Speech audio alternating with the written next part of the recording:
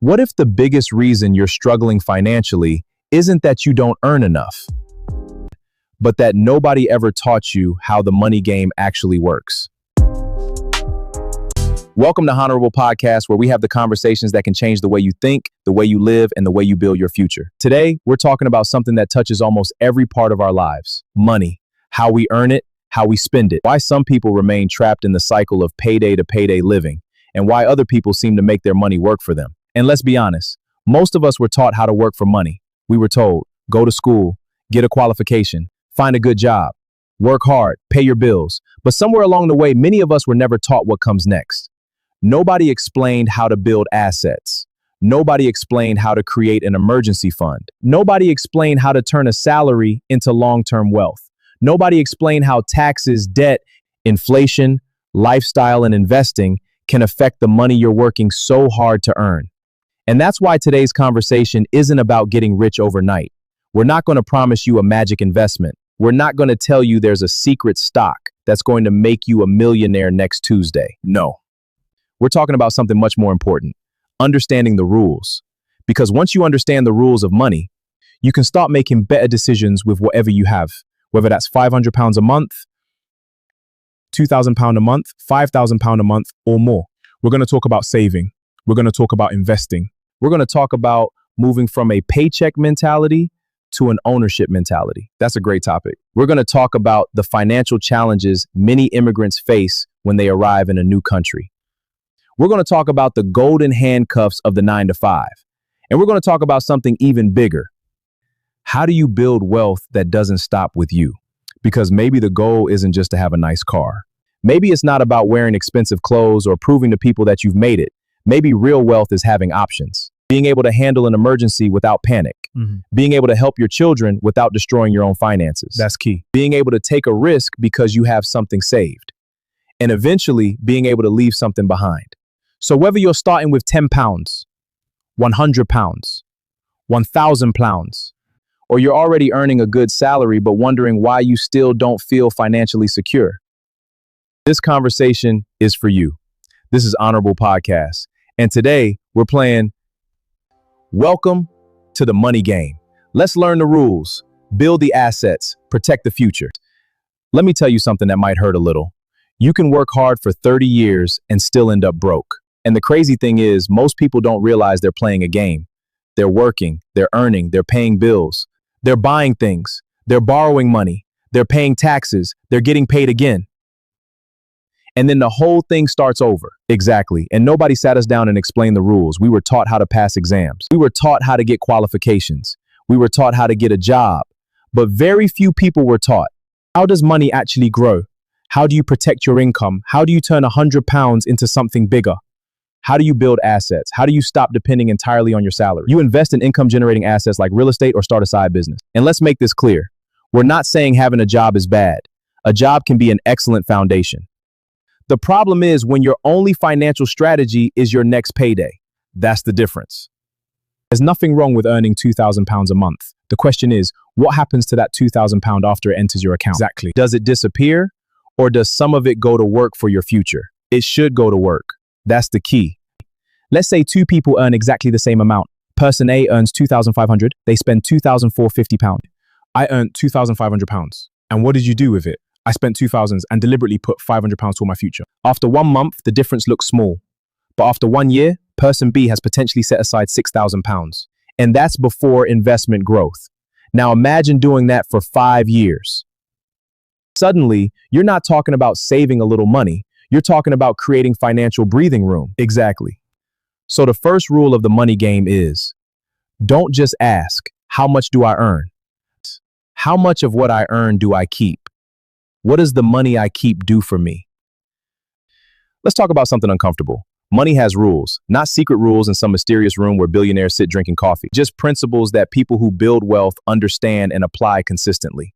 For example, Rule 1, income is not wealth. You can earn £100,000 and still be financially fragile. You can earn £40,000 and have substantial savings, investments, and assets. We've all seen it. Someone gets a pay rise. Next thing, new car, bigger house, more subscriptions, more expensive holidays, more eating out, and somehow they're still saying money is tight. Exactly, the disconnect is real. That's lifestyle inflation. Your income increases. Your lifestyle immediately increases with it. So your financial position barely improves. Rule 2, pay yourself first. This one changed my thinking. Most people do. Income to bills, to shop and entertainment, whatever is left gets saved. And guess what?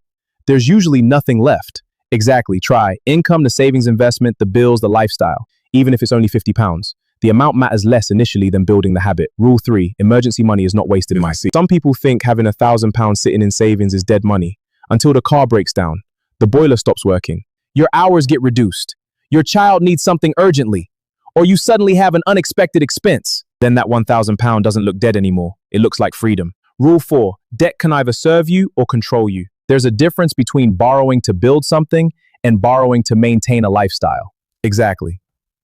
Debt used carefully for an asset that can produce value is different from constantly borrowing for consumption. The danger is when your future income is already spent before you receive it. Exactly. Now let's get into the part everybody wants to hear. How do you move from earning income to building wealth? Exactly. Let's look at the 4 key. Think about 4 broad asset categories. Number 1, cash, your emergency fund, your short-term savings, money you can access quickly. Your first target doesn't have to be £50,000. Start with £500, then £1,000, then 1 month's essential expenses. That's a great approach. Then 3 months. Eventually, you can work toward 3 to 6 months of essential expenses, depending on your circumstances. Number 2, investments. This could include diversified investments such as index funds, ETFs, or other suitable investments. But remember, investing isn't gambling. You need to understand what you're buying, the risks involved, fees, and your time horizon. And don't invest your emergency money just because someone online says, this stock is about to explode. Exactly. Your emergency fund has one job, protect you. Your long-term investments have another, grow your wealth over time. Number 3, property. Property is another major asset people think about. But let's be realistic. You don't need to rush into buying a house just because everybody says, property is the best investment. Exactly. Correct. Property comes with mortgages, maintenance, taxes, insurance, interest, and other costs. It's an asset, but it's not automatically a good investment for every person at every stage. Number 4, business intellectual property. And this one is especially interesting. A business, a digital product, a book, a course, a YouTube channel, a brand, a service, a piece of intellectual property, something that can potentially generate income beyond the hours you personally work. Exactly. But don't misunderstand this. Passive income doesn't mean no work. Most income producing assets require work, capital, knowledge, or maintenance. Exactly. Let's talk about something many immigrants understand deeply. You come to a new country. You want stability. You want to work. You want to support your family. So you take whatever legitimate opportunity you can find. And there's nothing wrong with that.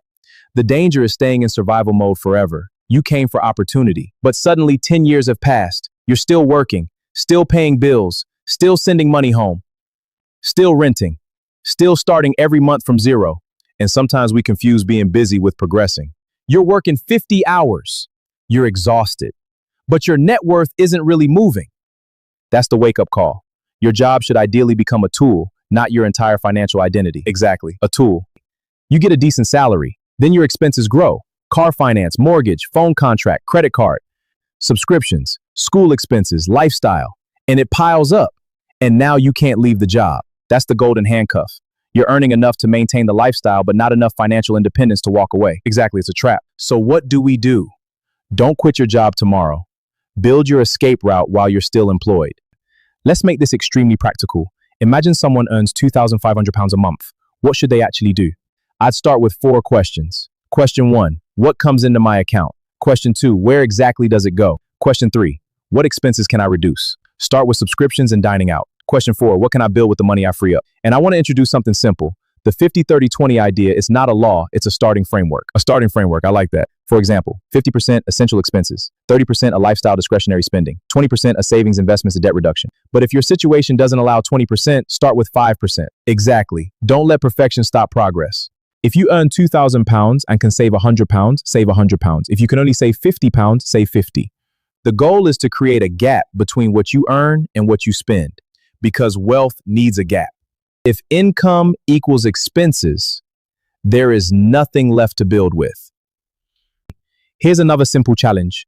Save £10 every time you get paid, not because £10 will make you rich, but because you're training yourself to keep money. Then increase it. £10 becomes £20, 20 becomes 50, 50 becomes £100. And eventually, saving becomes part of your identity. You become someone who doesn't spend everything they earn. Tell us about it. Here's something people can try. Have 3 buckets. Account 1, bills, rent, mortgage, utilities, transport, essential payments. Account 2 is for spending, food, entertainment, personal expenses. Okay, and account 3, account for the future, emergency savings, and long-term goals. And here's the important part. Don't leave your future money sitting in the same account you use for takeaway food. Because psychologically, if you see £2,000 available, your brain says, I have £2,000. But if £1,000 is clearly separated as emergency savings, you start thinking differently. Let's talk about 4 transitions. Transition 1, from consumer to owner. This is key. Instead of only buying things, start owning things that can potentially grow or generate income. That's a great point. Transition 2, from income to cash flow.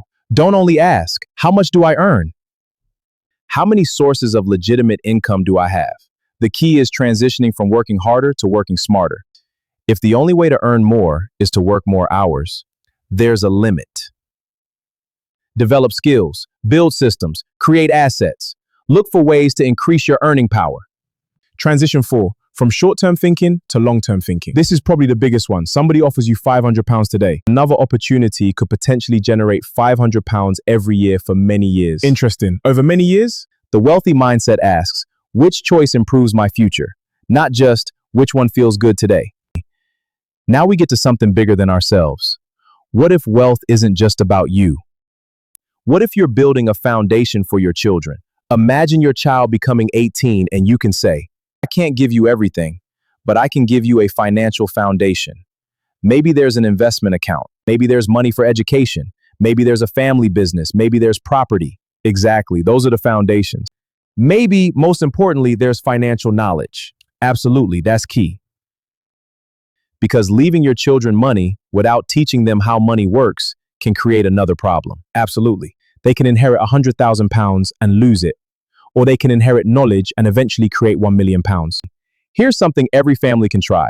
Once a month, have a 30-minute family financial conversation. What came in? What went out? What are we saving for? What debt are we reducing? What are our goals? And if you have children, teach them age-appropriate money lessons. Give them opportunities to understand saving, spending, giving, delayed gratification, needs versus wants. Don't just tell your child, money doesn't grow on trees. Teach them where money actually comes from. If we're serious about multi-generational wealth, I think families should pass down 5 types of capital. Number 1, financial capital, savings, investments, property, business ownership. Number 2, educational capital, knowledge, qualifications, skills, critical thinking. Number 3, social capital, relationships, networks, people who can open doors, people who can provide advice. Sometimes your network can save you 10 years of mistakes. Absolutely, it's about who you know. Number 4, health capital. You can't enjoy wealth if you're destroying yourself trying to build it. Look after your physical and mental well-being. Your body is one of the first assets you ever own. Number 5, character capital, discipline, integrity, patience, responsibility, resilience. Because if you give someone money but don't give them discipline, money can disappear very quickly. Exactly. Let's give listeners something they can actually do after this episode. For the next 30 days, I love that, the Save Before You Spend challenge. Every payday, save something immediately, not at the end of the month, at the beginning. And here's the challenge. Level 1, save £50.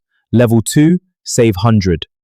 Level 3, save 10% of your income. Level 4, save 20% if your circumstances allow it. Solid advice. Don't compare your level 1 to somebody else's level 4. Your starting point is your starting point. Now look at your bank statement. Don't guess. Look, find the leaks. Maybe it's £5 subscription, £8 subscription, right? 30 takeaway, okay? 20 on impulse shopping, £40 unnecessary spending. Individually, they look small. Together, they can become hundreds every month. And I'm not saying stop enjoying life. Please enjoy your life, but make sure you're enjoying your life and building your future. If someone listening remembers only one thing from this conversation, remember this. Your salary is not your wealth. Your wealth is what you keep, what you own, what you build, and what you protect. And don't become obsessed with looking rich. Looking rich and being financially secure are 2 completely different things. You don't need the newest car. You don't need designer clothes. You don't need to prove anything to people. Exactly. What's the most powerful financial decision? Sometimes the most powerful financial decision you can make is saying, no, I can't afford that right now. And there's no shame in that because you're not saying I'll never have it. You're saying I'm choosing my future first. So if you're starting from 0, start with £10. If you're drowning in debt, Start by understanding exactly what you owe and create a realistic repayment plan. If you have no savings, build your first £500, then £1,000, then work toward a proper emergency fund. If you're earning too little, don't only cut expenses, work on increasing your earning power. Learn a skill, seek better opportunities, build something on the side where appropriate. If you're already earning well, even then, diversify. Don't automatically increase your lifestyle, increase your assets. And if you have children, don't only leave them money, leave them knowledge. Teach them what you had to learn the hard way. Because maybe the greatest definition of wealth isn't, how much money can I accumulate? Maybe it's, how much freedom can I create for myself and the people who come after me? That's a powerful way to look at it. That's the real game. Not looking rich, not impressing people, not chasing every investment trend. It's building something that survives your next financial emergency, something that gives you options, something that gives your family a stronger starting point. So tonight, open your banking app. Don't be afraid of the numbers. Look at them. Know your income, know your expenses, know your debt, know your savings, and decide what you're going to change. Because financial freedom doesn't usually begin with earning millions. It begins with controlling the first £10 you have, and then the next £10, and the next, until one day you look back and realize you weren't just saving money, you were building a different life. And that's the money game. Play it intentionally and build something that lasts. And that brings us to the end of today's conversation. Remember, building wealth isn't about looking rich. It's about creating security, freedom, and options for your future. Start with what you have, save consistently, spend intentionally, build assets, and most importantly, learn the rules of money. Because your financial future won't change simply because you hope it will. It changes when you make different decisions. This has been Honorable Podcast. If this conversation helped you, share it with someone who needs to hear it.